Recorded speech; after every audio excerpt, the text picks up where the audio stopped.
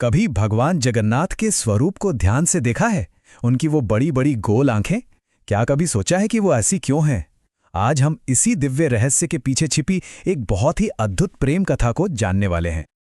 तो असल सवाल यही है, इन विशाल गोल आंखों के पीछे का राज आखिर है क्या? देखिए, ये सिर्फ कोई कलाकारी नहीं है। इसके पीछे एक बहुत गहरा आध्यात्मिक कारण है जो सीधा भगवान श्री कृष्ण के जीवन से जुड़ा है।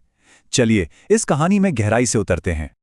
भगवान जगन्नाथ का यह रूप सिर्फ एक मूर्ति नहीं, बल्कि एक बहुत गहरे भाव का, एक एहसास का प्रतीक है। इसका जवाब एक ऐसी कहानी में छिपा है जो प्रेम, भक्ति और समर्पण की सारी हदों के पार ले जाती है। तो इन आंखों का राज जानने के लिए हमें समय में पीछे चलना होगा, द्वारका के राजमहलों में। ये कहानी भगवान श्री कृष्ण और गोपियों के बीच के निस्वार्थ प्रेम की है। एक ऐसा प्रेम जिसे सुनने भर से ही कुछ ऐसा हुआ जो पहले कभी नहीं हुआ था। तो कहानी की शुरुआत होती है द्वारका के महल से, जहां भगवान कृष्ण अपनी रानियों के साथ रहते थे। और यहीं पर एक छोटी सी जिज्ञासा एक बहुत बड़े दिव्य रहस्य को उजागर करने वाली थी। तो सीन कुछ ऐसा है। एक तरफ है रुक्मिणी जी और भगवान कृष्ण की सभी रानियां, जो कृष्ण और गोपियों की प्रेम लीलाओं के बारे में जानने के लिए बहुत उत्सुक हैं। और दूसरी तरफ है माता रोहिणी, जो इन बहुत ही पर्सनल और गोपनीय कथाओं को सुनाने से थोड़ा झिझक रही हैं। ये कोई मामूली कहानियां नहीं थीं। ये भगवान के प्रेम की सबसे गोपनीय और सबसे गहरी बातें थीं।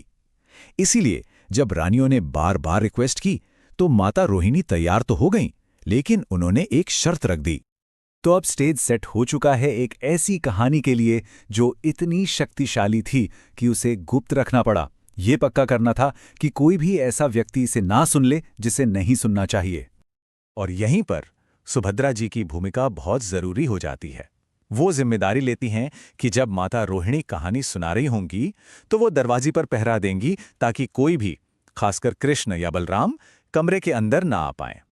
लेकिन कथा में इतना भाव था, इतना प्रेम था कि जो पहरा दे रही थी वो खुद ही उसमें खो गईं। गोपियों के त्याग और निस्वार्थ प्रेम की बातें सुनकर सुभद्रा जी अपना काम भूलकर पूरी तरह से उस कहानी में डूब गईं। भला ऐसे प्रेम की कहानी सुनकर कौन खुद को रोक पाता है? और कहानी में एक बड़ा मोड़ तब आता है जब दो ऐसे सुनने वाले वहां पहुंच जाते हैं जिनकी उम्मीद किसी को नहीं थी। ये वो पल है जहां से सब कुछ बदलने वाला था। ठीक उसी वक्त श्री कृष्ण और बलराम अपना काम खत्म करके वहां पहुंचते हैं। उन्होंने देखा दरवाजा तो अंदर से बंद है, लेकिन माता रोहिणी की आवाज बाहर तक आ रही थी। फिर क्या था, वे दोनों भी दरवाजे पर कान लगाकर उस दिव्य कथा को सुनने लगे। गोपियों के उस निस्वार्थ प्रेम की कथा का असर, वो इतना शक्तिशाली था कि तीनों भाई बहन कृष्ण, बलराम और सुभद्रा महाभाव की स्थिति में पहुंच गए। ये प्रेम की वो सबसे ऊंची अवस्था है जहां भक्त और भगवान का फर्क मिट जाता है। वो तीनों पूरी तरह से भाव विभोर हो गए और उस महाभाव का असर सीधा उनके शरीर पर हुआ। प्रेम की उस चरम अवस्था में उनके हाथ पैर शरीर में सिमटने लगे, लेकिन उनकी आंखें वो प्रेम और आश्चर्य से फैलकर बहुत बड़ी हो गईं। यही वो दिव्य स्वरूप है जिसे आज हम सब भगवान जगन्नाथ के रूप में पूजते हैं। और ठीक इसी डिवाइन मोमेंट पर जब तीनों इस अनोखे रूप में थे, वहां देवर्षि नारद का आगमन होता है। उनका आना इस घटना को एक पल से निकालकर हमेशा हमेशा के लिए अमर कर देता है। भगवान के इस अद्भुत रूप को देखकर तो नारद मुनि बस देखते ही रह गए, मंत्रमुग्ध हो गए। उन्होंने ऐसा प्रेम और भक्ति से भरा स्वरूप पहले कभी नहीं देखा था। वो समझ गए कि यह प्रेम की सबसे ऊंची अभिव्यक्ति है। नारद जी ने तुरंत भगवान से प्रार्थना की। उन्होंने विनती की कि प्रभु का ये जो महाभाव वाला रूप है, जो निस्वार्थ प्रेम का असली प्रतीक है, ये कलयुग के लोगों के उद्धार के लिए पृथ्वी पर भी प्रकट हो। और भगवान कृष्ण ने अपने भक्त नारद मुनि की प्रार्थना स्वीकार कर ली।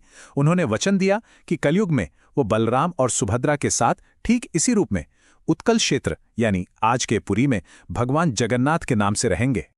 तो इसीलिए भगवान जगन्नाथ की वो विशाल आंखें सिर्फ एक डिजाइन नहीं है, वो इस बात का जिंदा सबूत हैं कि ईश्वर को पाने का रास्ता भक्ति और निस्वार्थ प्रेम से होकर जाता है। ये रूप हमें याद दिलाता है कि जब भक्ति अपने चरम पर होती है तो भक्त और भगवान में कोई अंतर नहीं रह जाता।